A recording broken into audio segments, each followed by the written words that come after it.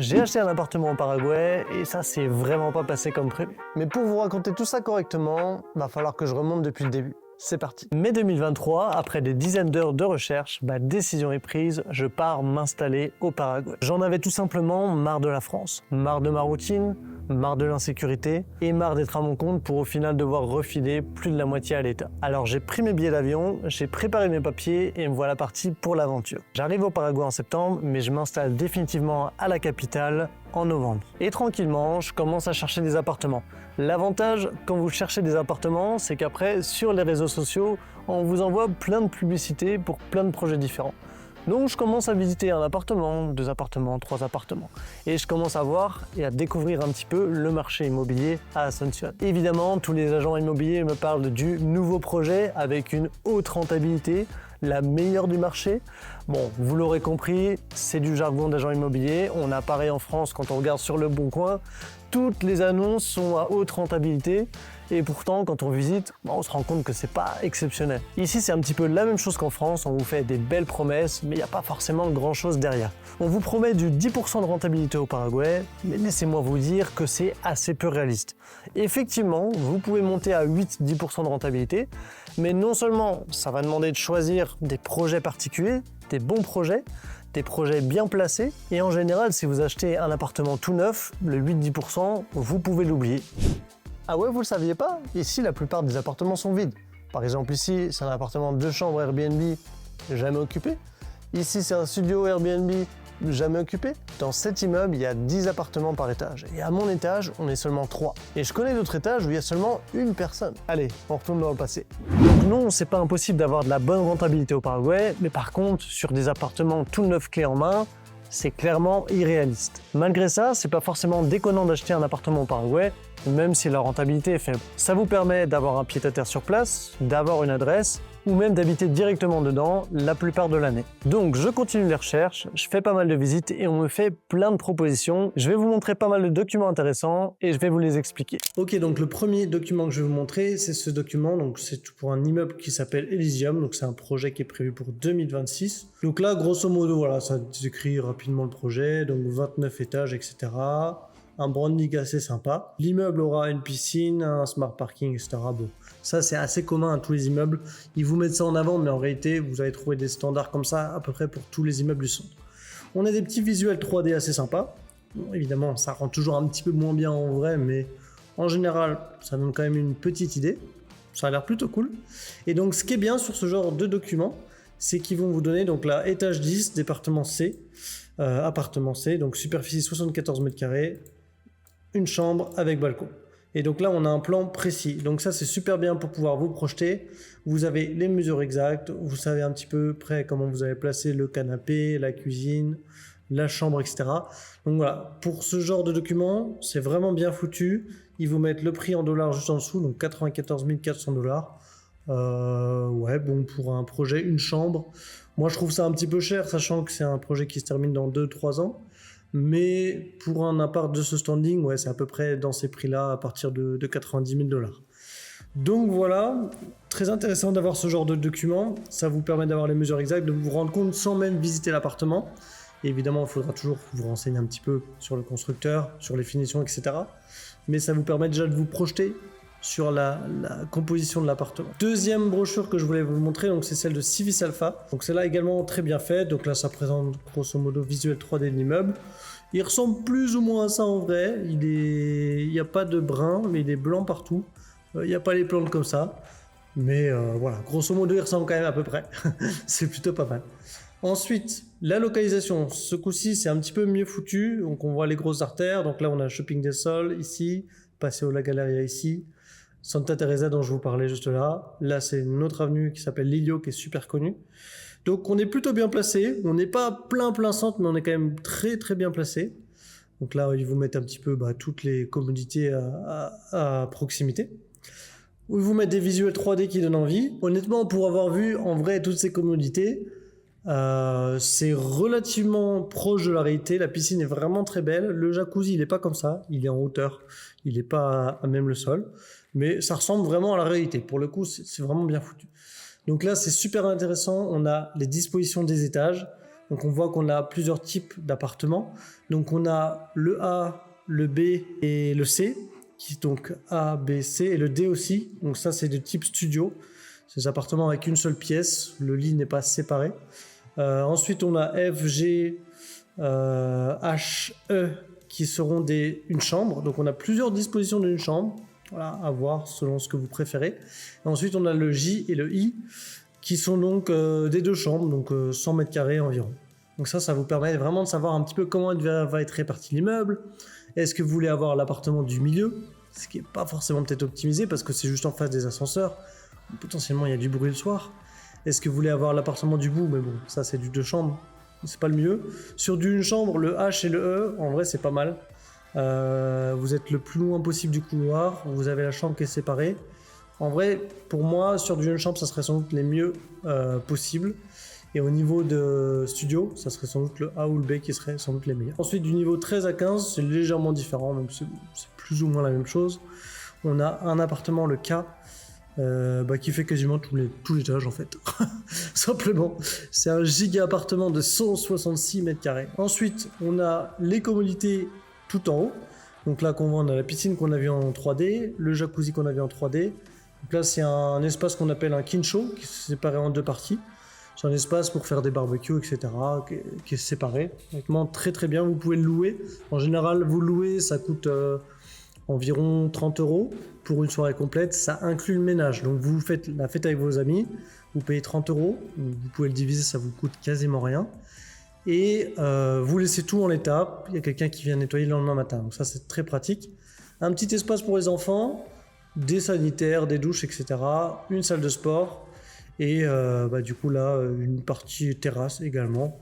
Donc là avec des bars, même si effectivement, pour ceux qui connaissent l'immeuble, il n'y a pas de bar en réalité. Donc parfois les visuels varient très sensiblement par rapport à la réalité. Ça, il faut toujours l'avoir en compte. Ensuite, les parkings. Bon là, ils vous montrent un petit peu comment c'est foutu. Voilà, honnêtement, les parkings ici, ça coûte assez cher. Si vous avez à partir de 10 000 $ le parking, c'est honnêtement un très bon prix pour Ascension. Et dans cet immeuble-là, ils sont à 15 000 $. Donc honnêtement, 15 000 $, moi je trouve que ça vaut pas le coup. C'est beaucoup d'argent juste pour un parking. Et donc là, ils vous montrent un petit peu les détails. Donc là, sur un studio, ils vous montrent un petit peu comment c'est réparti. Voilà, bon, en général, on a la cuisine dans l'entrée comme ça. Là, on a l'espace salon. Au fond, on a l'espace chambre près du balcon et avec la petite salle de bain ici. Et donc, vous voyez que vous avez plusieurs types de studios. Donc là, on a la cuisine dans l'entrée et sur ce studio-là, la cuisine, elle est un peu plus ici. Donc ça également, c'est assez important de choisir quelle est la disposition qui vous intéresse. Personnellement, moi, je préfère largement la disposition du haut parce que sur un studio, on ne va pas forcément beaucoup cuisiner. Donc la cuisine est moins importante, surtout sur de la location Airbnb. Surtout à Ascension, on mange beaucoup dehors. Et là, vous économisez tout l'espace de l'entrée en mettant la cuisine de l'entrée. Alors que là, vous avez du rangement supplémentaire. C'est pas forcément optimisé. Donc voilà, ça, c'est à vous de voir. Si vous achetez un appartement, vous pouvez toujours négocier à faire bouger la cuisine, faire bouger tel ou tel élément. Ça, c'est toujours possible dans la mesure du raisonnable. Évidemment, si vous voulez foutre la salle de bain à l'autre bout de la pièce, ça va vous coûter un petit peu plus. Donc là, pareil, c'est les projections sur les appartements une chambre. Donc là, on a l'entrée, la cuisine, voilà, pour manger, le salon, la petite chambre séparée. Donc ce que j'aimais bien sur cet immeuble, c'est qu'ils ont fait un sol, donc c'est que du carrelage. C'est un sol imitation bois là qui est assez sympa sur la chambre, ça fait assez joli honnêtement. Voilà, petite projection 3D. En général, on a souvent des tables comme ça dans les cuisines, des tables hautes. Moi, j'aime pas trop, mais pourquoi pas, honnêtement. Un autre d'une chambre, pourquoi pas. Et encore un autre d'une chambre. Non, ça c'est 2 chambres. Donc sur du 2 chambres, on arrive ici. On a un grand espace de vie. On a les salles de bain et les chambres de chaque côté. Il faut savoir que dans les appartements paraguayens, on a souvent plusieurs salles de bain. Ne me demandez pas pourquoi. En général, il y a un bagno, donc c'est le bagno social. C'est la salle de bain des invités. Donc ça, c'est la salle de bain qui donne accès directement sur le salon, qui va être utilisée par les invités. Et ensuite, on a le bagno privé. Donc là, vous voyez, le bagno est directement relié dans la chambre. Donc c'est souvent comme ça dans les appartements paraguayens, vous verrez, que ce soit des anciens appartements ou même les nouveaux, ils ont toujours gardé cette forme. Ensuite, voilà, un petit peu plus de 3D, 3 chambres, bon voilà, si vous avez ça honnêtement vous êtes bien. Là, vous voyez une mini-chambre. Vous vous demandez peut-être ce que c'est. En fait, c'est une chambre de service. Voilà, quand vous avez les moyens de vous payer un appartement 3 chambres, en général, c'est entre 150 000 et 200 000 $. Vous avez du personnel de service en général. Donc, vous avez une mini-chambre comme ça où la personne peut dormir. Voilà, c'est également quelque chose d'assez classique au Paraguay. Donc là, des petites projections. Là, voilà. Bon, dans la réalité, il y a beaucoup moins de plantes. Je ne sais pas s'ils vont rajouter à l'avenir, mais en tout cas, c'est un petit peu moins vert que ça en réalité. Mais sinon, c'est assez fidèle, hein. C'est vraiment pas mal, petite fiche technique, etc. Voilà, ça décrit un petit peu tout ce qu'il faut savoir. Donc voilà, là, vous avez pas mal de PDF comme ça que vous allez recevoir qui présentent vraiment tout le projet de l'immeuble. Et évidemment, c'est du 3D, évidemment, ils embellissent le projet, mais ça vous donne quand même une idée assez précise de ce à quoi va ressembler l'immeuble et de ce à quoi vous pouvez vous attendre au niveau des dispositions, au niveau des étages, etc., au niveau des pièces communes. Donc voilà, très intéressant d'avoir ce genre de document. Et enfin, le dernier que je voulais vous montrer, c'est un autre type de document. Donc là, c'est des brochures qui vont présenter plutôt une marque complète. Donc là, en l'occurrence, c'est la marque Civis, il me semble. Donc vous voyez, ils ont plein de projets. Ils ont le projet Bolucuya, qui est terminé depuis 2017. Celui-là, j'arrive pas à lire, Flats del Sol depuis 2021. Flat Las Mercedes, je crois qu'il est terminé depuis pas super longtemps. Civis Alpha, il vient de se terminer là, il y a 2 mois. Et là, c'est tous les projets qui sont à venir. Donc là, il vous donne un petit peu les métriques de l'entreprise pour faire un petit peu les beaux. Ça ne sert pas à grand-chose, mais pourquoi pas. Le mieux, c'est de faire vos recherches vous-même, parce que les entreprises, ils ne vont jamais dire qu'ils ont peu d'expérience. Ils vont toujours mettre en avant que c'est des professionnels. Ensuite, là, ils vous font une petite comparaison entre les différents appartements du marché. Donc là, ils vous disent que les appartements de type AAA, voilà, ça coûte 450 000 $, il n'y a pas beaucoup de demandes. Si on passe sur du AA, pareil, ça coûte cher, il n'y a pas beaucoup de demandes. Et là, ils vous disent, ah ok, mais sur du AA, nous, on en a. C'est pas si cher, il y a beaucoup de demandes. Donc là, forcément, ils mettent en avant leur projet. Donc il y a Civis Alpha qui est terminé, celui-là qui est en train d'être construit. Pareil, ils ont une ligne en BBB. Donc là, pareil, on est toujours sur le centre. Tout ça, c'est du centre. C'est légèrement en dessous en termes de standard, mais ça reste du centre. Ensuite, on a du BB, donc Jardinia, c'est toujours dans le centre également, mais c'est un peu plus excentré. Donc là, ticket d'entrée, ils mettent 30 000 en général, vous n'avez pas d'appartement à 30 000. Hein. 30 000, vous avez des studios 27 mètres carrés, en plan 4 ans avant la construction, quoi. Donc, ouais, en vrai, c'est un peu plus. Ensuite, Barrio Cerrado, donc là, c'est des quartiers fermés. Donc là, c'est pas vraiment des appartements en immeuble, c'est plus du style un petit peu maison. Et ils ont également... Ah non, ça c'est pour donner un exemple. Donc ça c'est les maisons faites par le gouvernement. Voilà, bon, soi-disant c'est de la merde. Voilà, donc ensuite, il nous faut encore quelques visuels. Et là, on a des trucs assez intéressants. Donc qui nous expliquent les différentes typologies d'appartements. Le studio, une chambre, 2 chambres, 3 chambres. Donc là, les métriques là, honnêtement, j'ai demandé même à des agents immobiliers. Honnêtement, c'est pas clair. On savait même pas à quoi elles correspondaient. Je ne vais pas vous les commenter. Donc ensuite, prise sur plan d'un studio à partir de 57 000 $, une chambre 75 000, 115 000 pour 2 chambres et 210 000 comme je vous avais dit à peu près sur du 3 chambres. Donc sachant que là on est sur des prix en plan, donc c'est des prix 3 ans avant. En fonction des quartiers, Villamora, 2 000 $ le mètre carré, Carmelitas, qui est quand même un bon quartier honnêtement. Alors attendez, je vois pas, hop, je vais dézoomer un petit peu, 1735 le mètre carré, Las Lomas 1700. En général, donc, c'est entre 1500 et 2000 le mètre carré. Ensuite, ils vous mettent un petit peu les localisations, etc. pour vous montrer qu'ils sont bien placés, etc. Donc là, on arrive sur ce qui nous intéresse. C'est-à-dire combien ça coûte, des petites idées de plan, etc. Donc là, en plan, ils vous disent 1500 $, construction 1008. Vous gagnez déjà 20% une fois qu'on passe à l'étape de construction.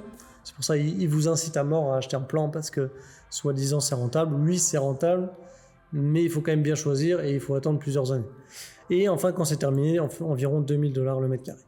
Donc là, si on est sur un type studio, donc là on est sur des prix en plan, 42 750 $. Donc vous allez mettre d'abord 1000 $ de réserve, c'est pour prouver que vous allez simplement acheter l'appartement. Si vous vous retirez, vous allez perdre vos 1000 $, ça marche comme ça. Ensuite, l'entrée initiale, il faut faire normalement minimum 20% du prix total de l'appartement.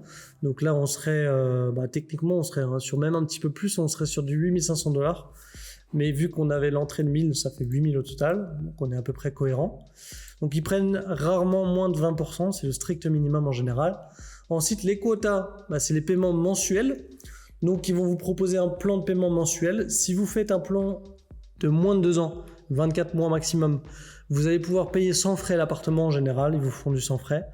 Si vous faites un plan de plus de 24 mois, ça va jusque 60 mois, c'est-à-dire 5 ans. Là par contre, vous allez payer plus. Vous allez terminer jusqu'à parfois 20% de valeur supplémentaire. Donc sur un appartement à 50 000 $, vous payerez 10 000 $ de plus. Voilà, c'est un petit peu près les valeurs du marché. Ensuite, ils vous donnent les rentabilités estimées. Donc sur un mono ambiente, donc là on est sur du 28 mètres carrés, ce qui est vraiment très petit honnêtement pour un studio. Ce qui est bien, c'est qu'on a quand même la chambre à part, donc ça c'est quand même un petit plus. Vous avez en gros les studios qui sont carrés comme ça permet de mettre une chambre à part. Et vous avez les studios qui sont rectangulaires, et là on peut pas vraiment mettre de chambre à part, parce que sinon on n'a plus de lumière pour l'appartement. Donc ça c'est quand même pas mal les studios carrés, ça permet d'optimiser un petit peu l'espace. Et là ils vous disent 25 $ la nuit, donc en vrai c'est pas déconnant. Sur du studio même on peut arriver à 30-35 $ la nuit s'il est vraiment bien décoré, bien optimisé. Donc 25 $ de la nuit, honnêtement c'est pas une connerie, je trouve que c'est un bon prix. Retour annuel à 5259, donc 12% de rentabilité.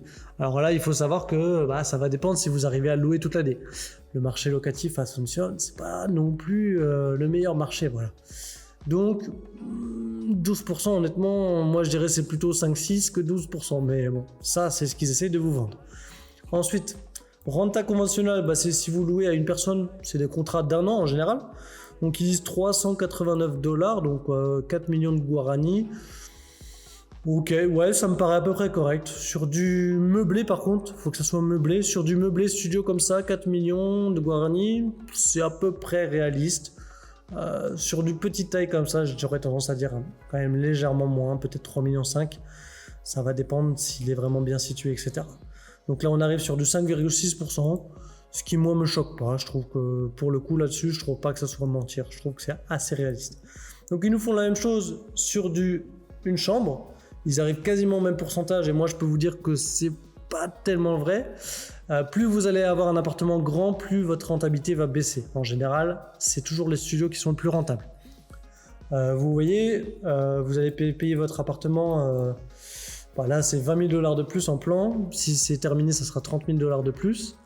Et vous avez seulement 10 $ de plus par nuit. Donc c'est pas super rentable. Et donc là, sur du 2 chambres, 10 $ de plus par nuit, alors que ça coûte encore 30 000 $ de plus. Donc honnêtement, moi je vous conseille, pour la rentabilité, c'est mieux d'avoir un studio. Pour vivre, c'est mieux d'avoir une chambre, voire même 2 chambres. Mais c'est beaucoup plus dur à louer.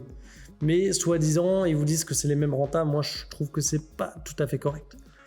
Ensuite, donc ça c'est un autre exemple, même renta plus ou moins. Et donc là, ils vous expliquent un petit peu, il y a des lumières LED, des tables en granit. Donc ça, c'est assez sympa. Dans les cuisines, ils font souvent des tables en granit. Mais bon, tout ce qu'ils vous mettent en avant ici, c'est des choses que vous allez retrouver dans 100% des édifices. Donc au final, ils les mettent en avant, mais c'est du assez classique. Et donc voilà, vous avez un étage complet. Ça, c'est assez intéressant de le voir également, comme je vous le disais avant. La piscine, la salle de sport, vous voyez. Quand même au niveau des mesures, c'est sympa de voir ça, c'est plutôt cool. Voilà, grosso modo, à quoi ressemblent les PDF, c'est quand même des trucs assez bien foutus, assez intéressant de voir ça, et ça va vous permettre vraiment de comparer les projets, d'avoir une bonne idée de commencer. Mais voilà, quand même en termes de rentabilité, faites attention, comme je vous l'ai dit, c'est un petit peu embelli par rapport à la réalité.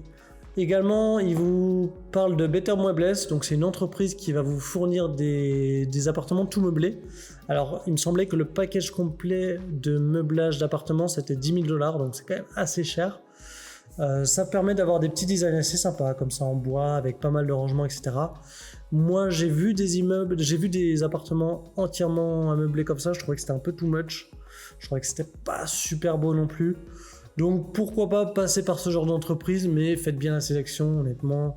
Ils ont des lits qui peuvent se relever comme ça, avec des espèces de systèmes automatiques. Vous pressez sur un bouton, ça se relève tout seul. Ça peut être pas mal, mais ça coûte quand même assez cher, honnêtement. Ensuite, une fois que j'ai fait le tour de toutes les brochures qu'on m'avait données, j'ai dû me décider sur 2 choses.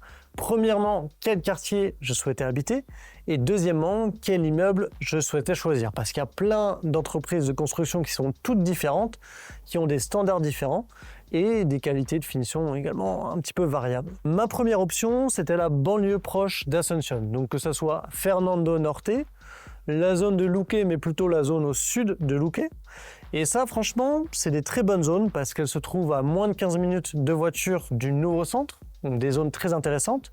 Vous pouvez avoir des studios à partir de 40 000 $, alors que quand on rentre sur Asunción, on va plutôt être à partir de 60-70 000 $. Donc ça fait quand même une belle réduction. Et honnêtement, moi, ça m'importait peu d'être vraiment placé plein centre. Je trouve que la banlieue proche, c'est vraiment une super bonne option. En plus, c'est actuellement des zones en pleine expansion qui construisent énormément. Et je pense que dans les années à venir, ça va potentiellement prendre en termes de prix. L'inconvénient de ces zones, c'est déjà qu'il faut avoir une voiture. Donc ça vous engage également sur un investissement supplémentaire. Quand vous êtes le soir, c'est des zones extrêmement encombrées en termes de bouchons. Mais remarquez que si vous êtes à Shopping del Sol, c'est également extrêmement encombré. Donc au final, ça ne change pas grand-chose. Donc voilà, pour moi, j'avais quand même mis de côté ces zones. Également au niveau de la location. Pour habiter, c'est très bien. Mais si vous voulez louer par la suite, quand vous êtes dans ces zones, ça va être un petit peu plus dur d'avoir de la clientèle étrangère. Et donc pour ces raisons, je n'ai pas choisi cette zone. La deuxième possibilité, c'était d'aller dans le centre historique. Alors moi personnellement, c'est pas forcément ma zone préférée d'Asunción. C'est déjà assez loin du nouveau centre, environ 30 minutes en voiture. Donc c'était une zone qui m'attirait pas forcément. Au niveau d'immeubles récents, il n'y a pas énormément d'immeubles récents. C'est surtout des immeubles qui datent d'avant les années 2000, donc en assez mauvais état en général. Par contre, en termes d'investissement, le centre historique, il peut être tout à fait intéressant parce qu'il y a des projets de rénovation du centre historique. Alors pour le moment, il n'y a pas grand-chose de fait, mais si on prend l'exemple de Panama, le centre historique a été entièrement rénové. Ça a fait monter les prix énormément, ça a redynamisé le centre historique. Ça a amené aussi un petit peu de tourisme et c'est peut-être quelque chose qui pourrait arriver dans les années à venir. Donc acheter un appartement au centre historique, selon moi, ça peut être une bonne idée. Non seulement vous avez des tarifs très avantageux, vous allez pouvoir faire de la rénovation, donc vous faites un petit peu ce que vous voulez et vous avez ce potentiel d'investissement sur le long terme. En plus, la plupart des bâtiments au centre historique, ils ont quand même des influences d'architecture italienne. Il y a pas mal d'influences européennes de manière générale au niveau de l'architecture.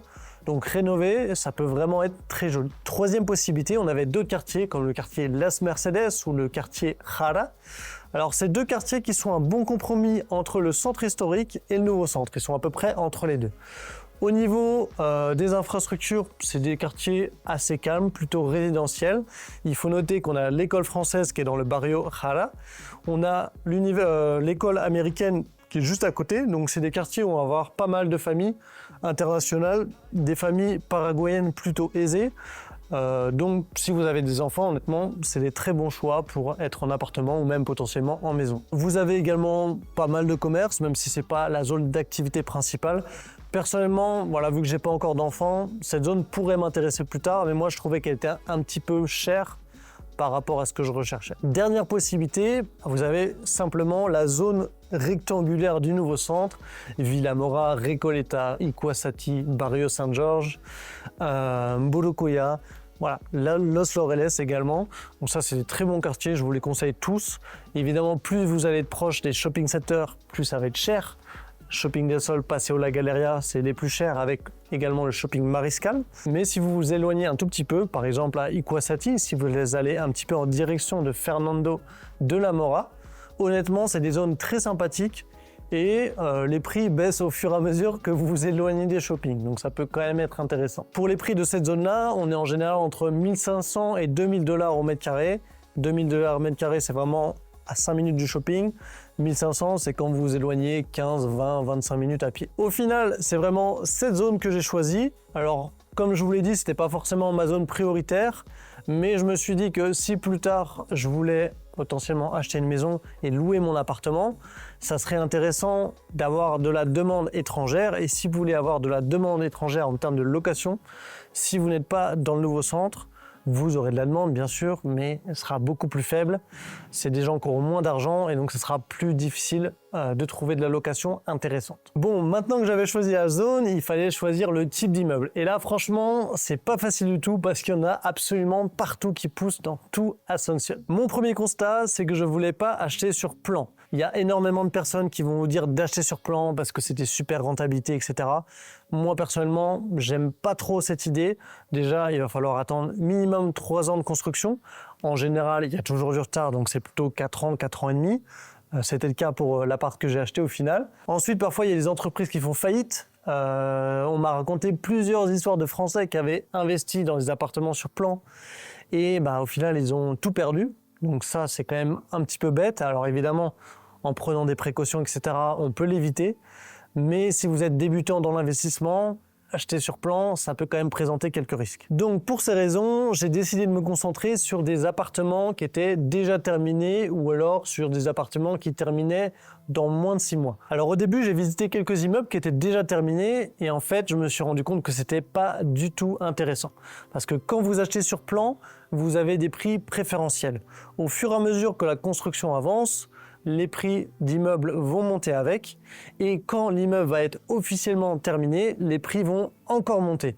Donc quand vous investissez sur des appartements terminés, vous allez acheter au prix maximum. Et honnêtement, c'est logique, ils promettent de la rentabilité aux gens qui achètent sur plan, donc ils sont obligés de monter les prix au fur et à mesure. Honnêtement, acheter un appartement d'occasion, ici, c'est pas vraiment intéressant parce que le vendeur, il va vouloir prendre son bénéfice, donc il sera pas vraiment prêt à négocier le prix parce qu'il voudra vendre au moins 10 000 $ plus cher que ce qu'il a acheté à la base. Donc en termes de négociation, vous allez être très vite bloqué.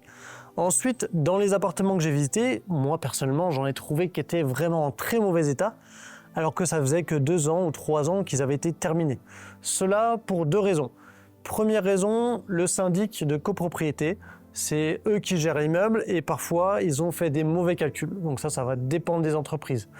Quand il n'y a plus d'argent dans les caisses, quand les charges mensuelles ne suffisent plus à entretenir le building, forcément vous allez vous retrouver sur un truc de très mauvaise qualité, voire même dégueulasse, franchement. Et deuxième grosse raison, le choix des matériaux. Parfois c'est des entreprises qui ont moins d'expérience, qui vont choisir des matériaux qui ne sont pas adaptés aux grosses chaleurs. Au Paraguay en été, ça tape quand même très fort. Et donc par exemple, vous vous retrouvez avec des terrasses où ils ont mis du bois, et le bois est craqué de partout, le bois est dégueulasse, parce qu'ils n'ont pas choisi les bons matériaux. Et donc ça, honnêtement, avoir un appartement et des zones communes en mauvais état au bout de seulement 2 ou 3 ans, c'est dramatique. Donc je me suis concentré pour chercher des immeubles qui étaient sur le point de se terminer. Parce que comme ils n'étaient pas encore terminés, je pouvais bénéficier d'un tarif avantageux, en général entre 5 et 10 000 $ de moins que s'il était terminé. Et en plus avoir un truc tout neuf. Donc c'est vraiment le meilleur plan pour moi. Alors forcément, comme l'immeuble n'est pas terminé, ça va être un petit peu dur de vous projeter. Vous allez pouvoir visiter sur les chantiers, vous allez voir c'est un vrai bordel, ils vous donnent un casque mais vous demandez à quoi ça sert parce qu'il ne tient même pas sur la tête. Vous allez passer dans des ascenseurs avec plein d'ouvriers, honnêtement c'est le vrai bazar.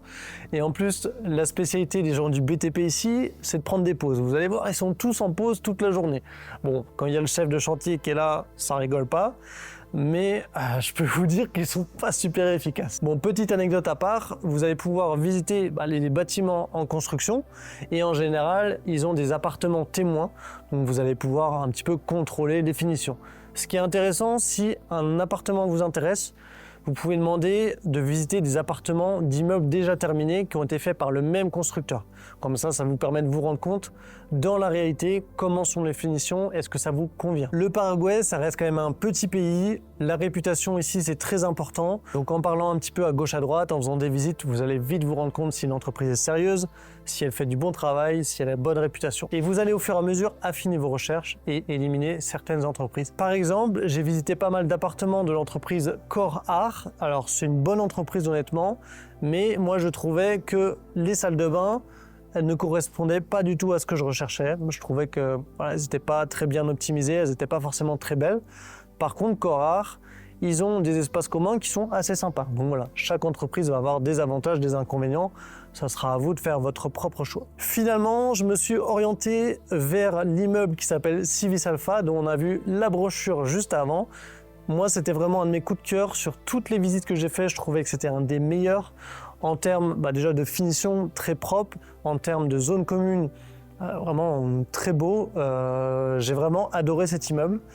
Et en plus, c'était l'entreprise de construction Tezinci, qui est une entreprise paraguayenne assez connue, assez ancienne, qui faisait originellement plutôt de l'industriel, mais qui fait depuis une dizaine d'années du résidentiel. Bon, une fois que ma décision était prise pour cet appartement, il a fallu négocier, parce que j'aurais pu payer tout ça comme ça.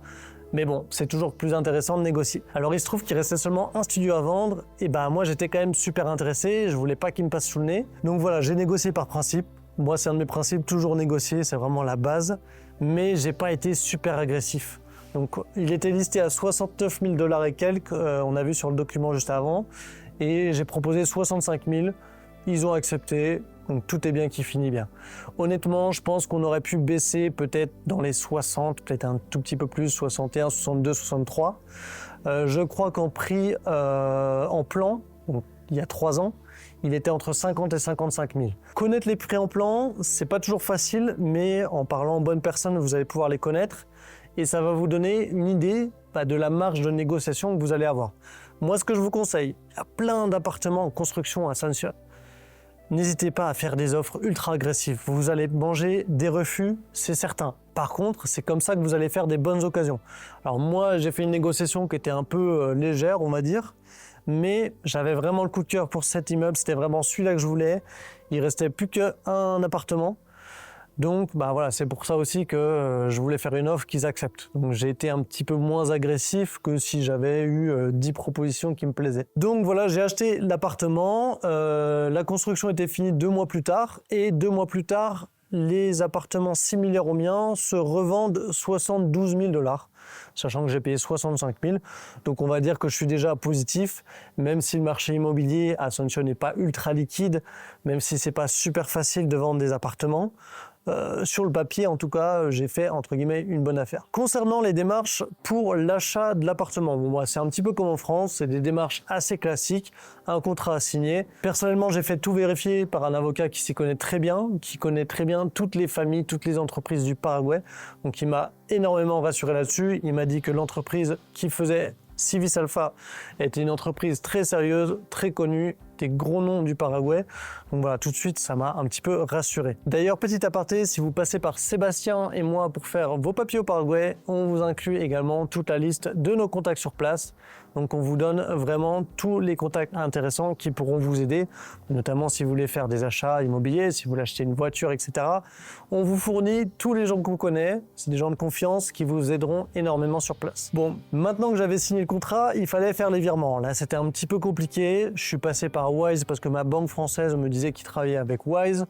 Donc j'ai dû perdre au total à peu près 3% de frais sur tous les transferts, donc sur 65 000. Calcul mental à cette heure-ci là, j'ai dû perdre à peu près 2 000 $ de frais. Mais ça reste tout à fait correct. J'ai été un petit peu embêté parce qu'il fallait valider les virements.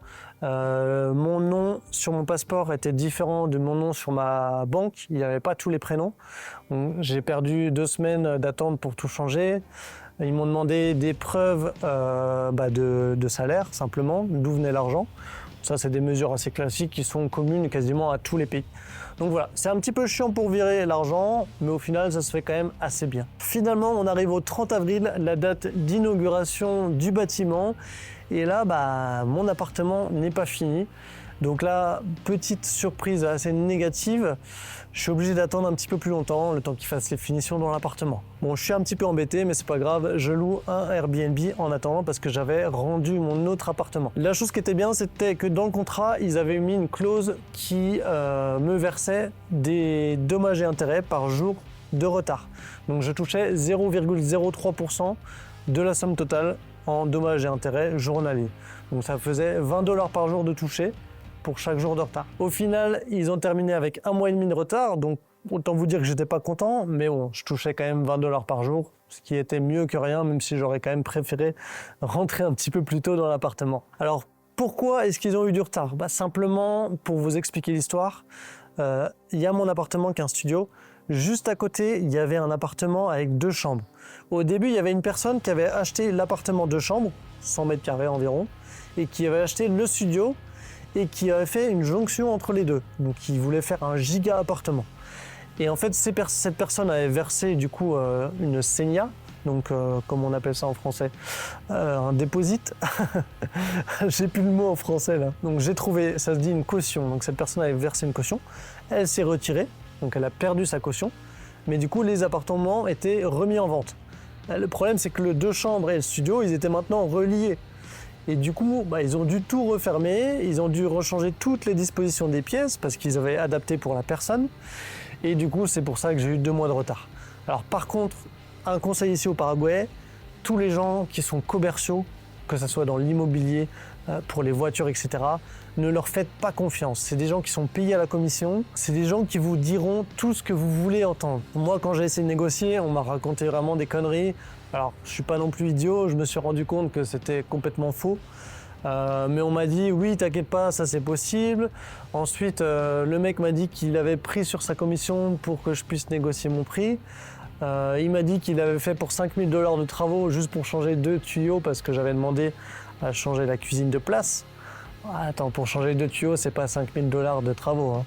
Hein. Si l'appartement coûte 65 000, arrête de me prendre pour un con. Il m'avait dit que les travaux étaient démarrés depuis 3 mois. Quand j'ai acheté l'appartement, je suis arrivé, il n'y avait rien de démarré. Donc voilà, les gens vont vous mentir, tous ceux qui sont payés à commission vont vous mentir pour vous faire signer. Ça, c'est une règle générale, je pense que c'est pareil en France. Alors évidemment, il y a des gens qui sont pas comme ça, mais on va dire que c'est la majorité. Et voilà, finalement, fin juin, je rentre dans l'appartement, je suis enfin propriétaire, yes! D'ailleurs, petit aparté, si vous voulez investir dans l'immobilier Asuncion, je vous ai fait une petite feuille récap avec tout ce qu'il y a dans cette vidéo, toutes mes connaissances, vous pouvez la télécharger, le premier lien en description. Maintenant, rappelez-vous, au début de la vidéo, je vous ai dit, tout s'est pas passé comme prévu. Et non, c'est pas la fin de l'histoire. Tout à l'heure, je vous ai dit qu'il y avait 3 personnes à mon étage. Un voisin juste en face, en diagonale du couloir, et un voisin à l'autre bout du couloir. Il se trouve que ces personnes sont des locataires, donc des Paraguayens, et je sais pas pourquoi, c'est sans doute des fils à papa, mais ils n'ont pas de vie. Alors c'est 2 filles en l'occurrence, ils n'ont pas de vie, ils n'ont pas de travail. Ils sortent toute la semaine, et quand je dis ils sortent mercredi soir à 23 h, je les vois en tenue de soirée, etc. Bon, je comprends pas trop. Sauf que le problème, c'est qu'ils reviennent à 3 h du mat en gueulant dans le couloir. Alors sans doute parce qu'ils ont un petit peu trop bu, mais moi, je suis en train de dormir en fait. Je me couche à 22 h, je me lève à 6 h. Donc autant vous dire que ça m'énerve. Et ça se passe vraiment pas bien. Un soir, ils arrivent à 4 h du mat en gueulant dans le couloir. Moi, j'étais énervé, je sors, je m'énerve un petit peu. Bon, concrètement, ils me disent qu'ils en ont rien à foutre, que si je suis pas content, je rentre dans mon pays. Donc là, autant vous dire que niveau tension, c'était pas idéal. Vraiment pas de chance là-dessus. C'est des choses qui arrivent évidemment dans les immeubles. Moi, j'ai pas eu de chance là-dessus. Il y a d'autres étages où il y a personne, où c'est très calme. Je suis tombé sur les mauvais voisins, je suis tombé sur le mauvais étage. Alors il se trouve que quand je visitais mon appartement pour voir l'avancement des travaux, j'avais rencontré le propriétaire. Donc c'est quelqu'un qui est investisseur immobilier, un Paraguayen également. Ici, les gens sont très sympas, très accessibles, donc vous allez pouvoir prendre des contacts assez facilement. J'avais récupéré le numéro de ce propriétaire, donc j'ai remonté l'information à l'administration parce qu'il y a toute une entreprise qui gère l'immeuble.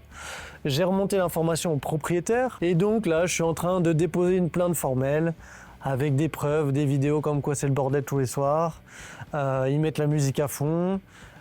Également, quand je me suis fâché avec les voisins, après ils sont revenus 1 heure plus tard pour taper devant ma porte avec le pied. Donc vraiment clairement du foutage de gueule. Donc voilà, c'est des choses qui arrivent, on est en train de faire le nécessaire. Le propriétaire est au courant, il est assez énervé. Ils vont a priori mettre une amende. Potentiellement, si ça continue, ils peuvent rompre leur contrat de location. Donc en tout cas là-dessus, je suis quand même plutôt content. Il y a des mesures qui sont mises en place, il y a des choses qui sont faites. Évidemment, c'est de l'administratif, ça prend du temps. Mais voilà, j'ai un petit peu de malchance, mais bon, c'est comme ça arrive. La morale de l'histoire, c'est que même si vous quittez la France, des problèmes, vous en aurez toujours. Vous aurez toujours des jours où vous serez un petit peu déprimé, des emmerdes, ça peut arriver. C'est pas parce que vous partez de la France que votre vie va devenir incroyable du jour au lendemain. Il y aura toujours des galères, mais bon, ça fait partie de la vie. En tout cas, j'espère que la vidéo vous aura plu. Je vous laisse sur cette petite touche philosophique. N'hésitez pas à télécharger le petit récap immobilier en description. C'était Matt, je vous dis à très bientôt. Ciao.